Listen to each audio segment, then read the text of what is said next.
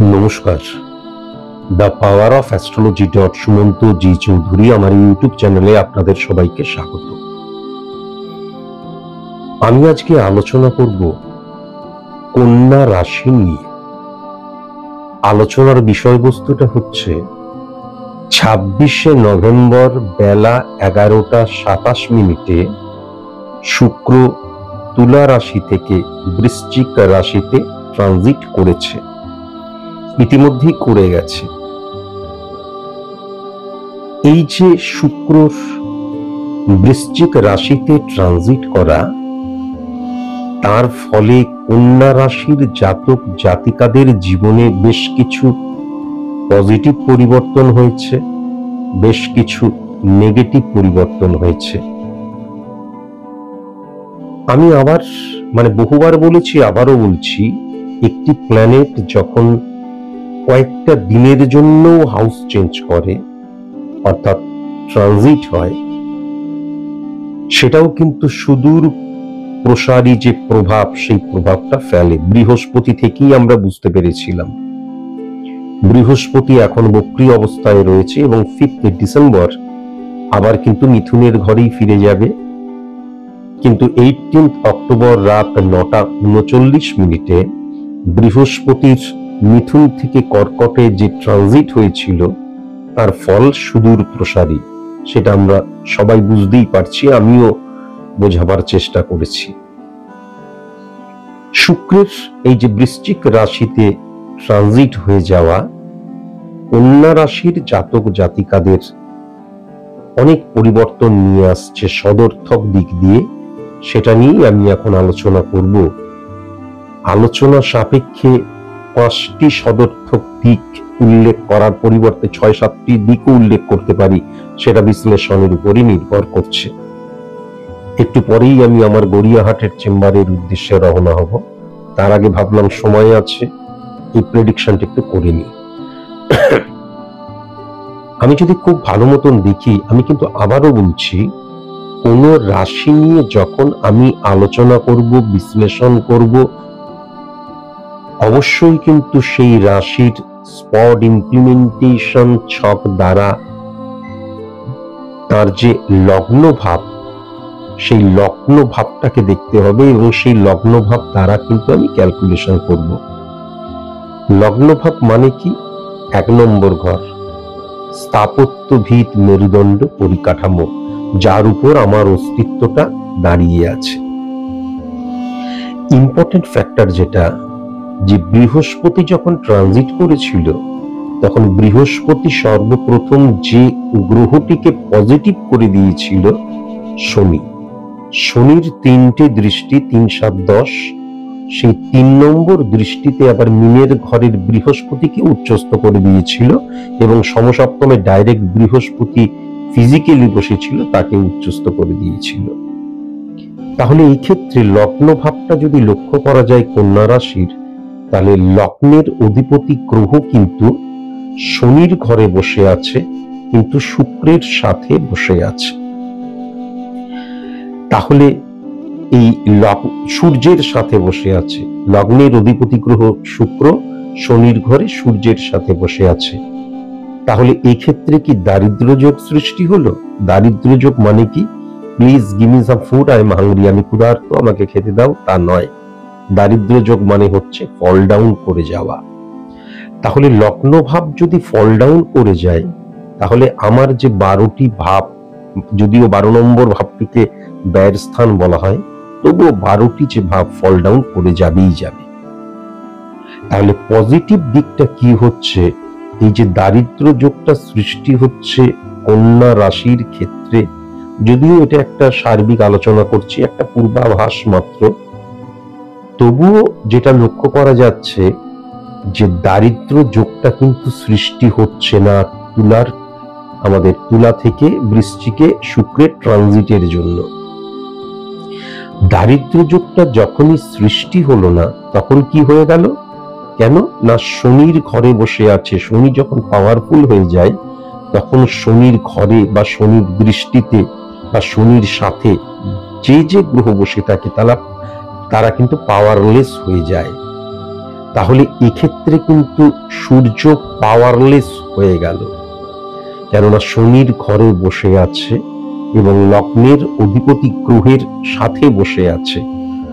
যখনই সূর্য পাওয়ারলেস হয়ে গেল তখন কয়েকটা জিনিস থেকে কিন্তু আমি বেঁচে গেলাম। কোন কোন দিক থেকে? এক মিনিট, একটা ফোন এসছে।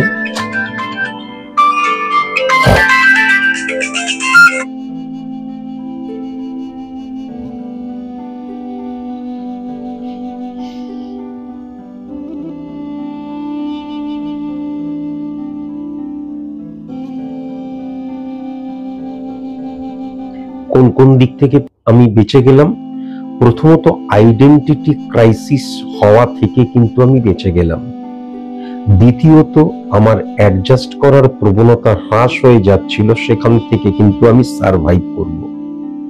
কম্প্রোমাইজ করার, যেটা প্রফেশনাল এথিক্সের প্রথম পেজেই বলা আছে, সেই জায়গাটাও কিন্তু আমি মনের বিরুদ্ধে গিয়ে কম্প্রোমাইজ করছিলাম, কম্প্রোমাইজ করতে পারছিলাম না, সেই জায়গাটাও কিন্তু ইনক্রিজ করবে। আমি কম্প্রোমাইজ করতে পারবো মানুষের সাথে, সিচুয়েশনের সাথে, মনোভাবের সাথে। Important factor compromise, sacrifice, adjustment, এই প্রবণতাগুলো কিন্তু আমি যদি কন্যা রাশির জাতক জাতিকা হই তাহলে আমাদের কমে আসছিল, সেটা কিন্তু আবার স্টেবল হবে।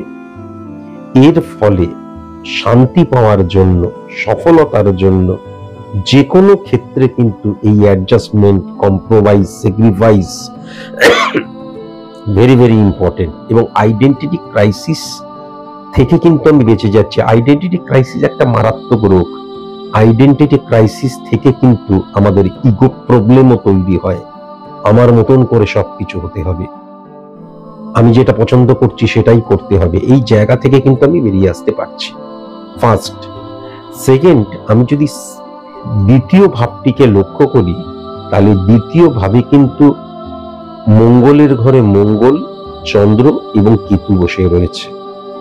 কেতু কি ছায়া প্ল্যানেট, ক্যালকুলেটিভ প্ল্যানেট, তার নিজস্ব কোনো পাওয়ার নেই। পাওয়ারফুল কোনো গ্রহের আন্ডারে বসে থাকলে সে পাওয়ারফুল হয়ে যায়। তাহলে কেতু মঙ্গলের ঘরে বসে আছে, মঙ্গল মঙ্গলের ঘরেই বসে আছে, কেতু পাওয়ারফুল হয়ে গেল।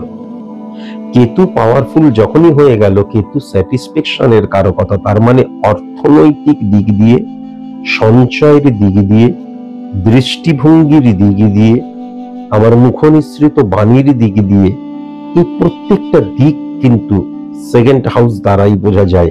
সেই জায়গায় আমি স্যাটিসফাই হতে শুরু করব শুক্রের এই তুলার ঘর থেকে বৃশ্চিক ঘরে ট্রানজিটের ফলে।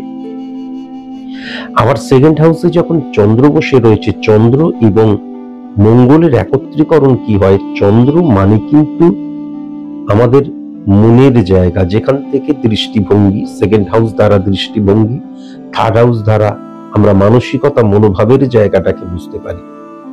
তাহলে আমি কিন্তু বুঝতে পারবো যে success is the maximum utilisation of ability that you have. আমি যে সফলতাটা চাইছি তার জন্য আমাকে উপযুক্ত হতে হবে, এই বোধগম্যটা, বোধটা কিন্তু আমার মধ্যে আসবে। দৃত্ত দুর্বাত্তাস্তিয়ত্তিং ত্রয়ত্রত্তা প্রাপ্য প্রকৃত্তা নৈরত্তম নৈতি নৃত্তা নৈরত্তে ঔরত্তাই জয়্যতকৃত্তা আনন্দ নৃসত্তা ব্যতির্তেয়ত্তা। শ্রীকৃষ্ণ স্বয়ং বলে গেছিলেন যে ব্যক্তিকেন্দ্রিক মানুষ, সমাজ, রাষ্ট্র, দেশ সবকিছু পরিবর্তিত হয় কর্মের মধ্যে দিয়ে। তাহলে সেই কর্মটাকে আমি বিশ্বাস করতে শুরু করব, মানতে শুরু করব, কর্ম করতে শুরু করব। যেই সফলতাটা চাইছি সেটা দানে বা ভিক্ষায় কখনো কিন্তু আমি চাইব না। খুব ইম্পর্টেন্ট জায়গা। এখন খুব ভালো মতন যদি লক্ষ্য করা যায় তাহলে 6 নাম্বার ঘরের অধিপতি গ্রহ কিন্তু বৃহস্পতি, সে কিন্তু গজকেশরী যোগ সৃষ্টি করেছে। কোথায় করেছে? 10 নাম্বার ঘরে কিন্তু করেছে। আবার যদি খুব ভালো মতন লক্ষ্য করা যায় যে আমার 639531 কানেকশনের মধ্যে দিয়ে 7 নাম্বার ঘরটাও কিন্তু উচ্চস্থ হয়ে গেল, কেননা মঙ্গল এবং কেতুর অবস্থান, মঙ্গল সেকেন্ড হাউসে বসে রয়েছে। তাহলে কন্যা রাশির জাতক জাতিকাদের ক্ষেত্রে প্রথমত আমি যদি সার্ভিসের জায়গাটা দেখি, অত্যন্ত পাওয়ারফুল হয়ে যাচ্ছে। যারা সার্ভিস হোল্ডার, কর্মক্ষেত্রে ডিস্টারবেন্স, বসের ক্যাচক্যাচানি, নানানভাবে আমি জর্জরিত হয়ে যাচ্ছিলাম, মনে হচ্ছিল কাজটা ছেড়ে দেব, তাহলে কর্মস্থানটা কিন্তু অত্যন্ত পজিটিভ হয়ে যাচ্ছে এবং ফেভারেবল হয়ে যাচ্ছে। তার জন্য কর্মপ্রাপ্তির ক্ষেত্রেও কিন্তু প্রচুর অপরচুনিটি সৃষ্টি হচ্ছে। এবং ইম্পর্টেন্ট ফ্যাক্টর যেটা হচ্ছে 6 নাম্বার ঘর দ্বারা আমরা আমাদের প্রাত্যহিক জীবন ধারণকে বুঝি, সেই জায়গাটাও কিন্তু অতৃপ্ত হয়ে যাচ্ছিলাম এবং প্রাত্যহিক জীবন ধারণে কিন্তু আমরা কি মানসিকভাবে ডিপ্রেশনের শিকার হয়ে যাচ্ছিলাম। সেখান থেকেও কিন্তু আমরা ইনক্রিজ করব, আস্তে আস্তে আবার স্টেবল হব। কোন রোগ আমাদেরকে সারাক্ষণ ডিস্টার্ব করছিল, মেডিসিন নিচ্ছি, ট্রিটমেন্ট করছি, কাজ হচ্ছে না, অবশ্যই কিন্তু সেই রোগ থেকে আমরা বেরিয়ে আসতে পারবো। এবং 6 নাম্বার ঘর শনির কানেকশন, বৃহস্পতি কিন্তু ডাইরেক্ট শনিকেই হিট করছে ফিজিক্যালি না হলেও, তাহলে ডেফিনিট ভাবে কিন্তু শত্রু নাশের জায়গাটাও লক্ষ্য করা যাচ্ছে। ইম্পর্টেন্ট ফ্যাক্টর যেটা হচ্ছে, তাহলে আমি যদি সার্ভিসের জায়গা থেকে দেখি, তাহলে সার্ভিসের জায়গাটায় স্যাটিসফ্যাকশনের জায়গাটা মারাত্মক। কেননা আমি সার্ভিসের ক্ষেত্রটাকে যদি দেখি, তাহলে কেতুর দ্বারা ভাইব্রেট হচ্ছে। কিন্তু যদি আমি 7 নাম্বার ঘরটা দেখি, আমি বিজনেসের জায়গাটা দেখি, তাহলে সোর্স অফ ইনকামের জায়গাটা প্রচুর বেড়ে যাবে। সেখানেও কিন্তু শত্রু নাশ হবে। নতুন বিজনেস শুরু করার ক্ষেত্রে, বিজনেস এক্সটেন্ড করার ক্ষেত্রে, কাস্টমারের সাথে সম্পর্ক ভালো হওয়ার ক্ষেত্রে, এবং আমার যে মানি ফ্লো অনেক বেশি বেড়ে যাবে 7 নাম্বার ঘরে। এবং যেটা লক্ষ্য করা যাচ্ছে, আমার ব্যক্তিগত জীবনে কিন্তু একটা শান্তির জায়গা লক্ষ্য করা যাচ্ছে। যদিও চন্দ্র এবং মঙ্গলের একত্রীকরণ কিন্তু কি হয়, মায়ের জায়গাটাকে ঔদ্ধত্য বা মায়ের ক্রোধের জায়গাটা কিন্তু লক্ষ্য করা যায়। কিন্তু আলটিমেট কন্যা রাশির সাপেক্ষে কিন্তু যেটা দেখা যাচ্ছে, যে আমার যে ব্যক্তিগত জীবন বা সাংসারিক জীবন, সেটা কিন্তু স্যাটিসফ্যাকশনের জায়গা। কেননা মঙ্গল এবং চন্দ্রের সাথে কেতু বসে রয়েছে, সেই জায়গাটাও কিন্তু লক্ষ্য করা যাচ্ছে। এবার যদি 10 নাম্বার ঘরটা দেখি, 10 নাম্বার ঘর মানে কি, বারবার ধরে বলেছি 1-6-10 কানেকশন সার্ভিস ক্ষেত্র, 1-7-10 কানেকশন বিজনেস ক্ষেত্র, 1-5-10 কানেকশন সফলতার ক্ষেত্র, 1-9-10 কানেকশন উচ্চশিক্ষার ক্ষেত্র এবং আমার সংযোগের ক্ষেত্র। মানে 10 নাম্বার ঘরটা হচ্ছে ক্ষেত্রের জায়গা। সেখানে যখন গজকেশরী যোগ সৃষ্টি হয়, আমরা গজকেশরী যোগের নাম শুনেছি, কিন্তু গজকেশরী যোগের ফাংশনটা জানি না। গজকেশরী যোগ মূলত কিন্তু কোনো প্রতিবন্ধকতা সৃষ্টি হচ্ছে, গিট আটকে রয়েছে, গিটটা খুলে যায়।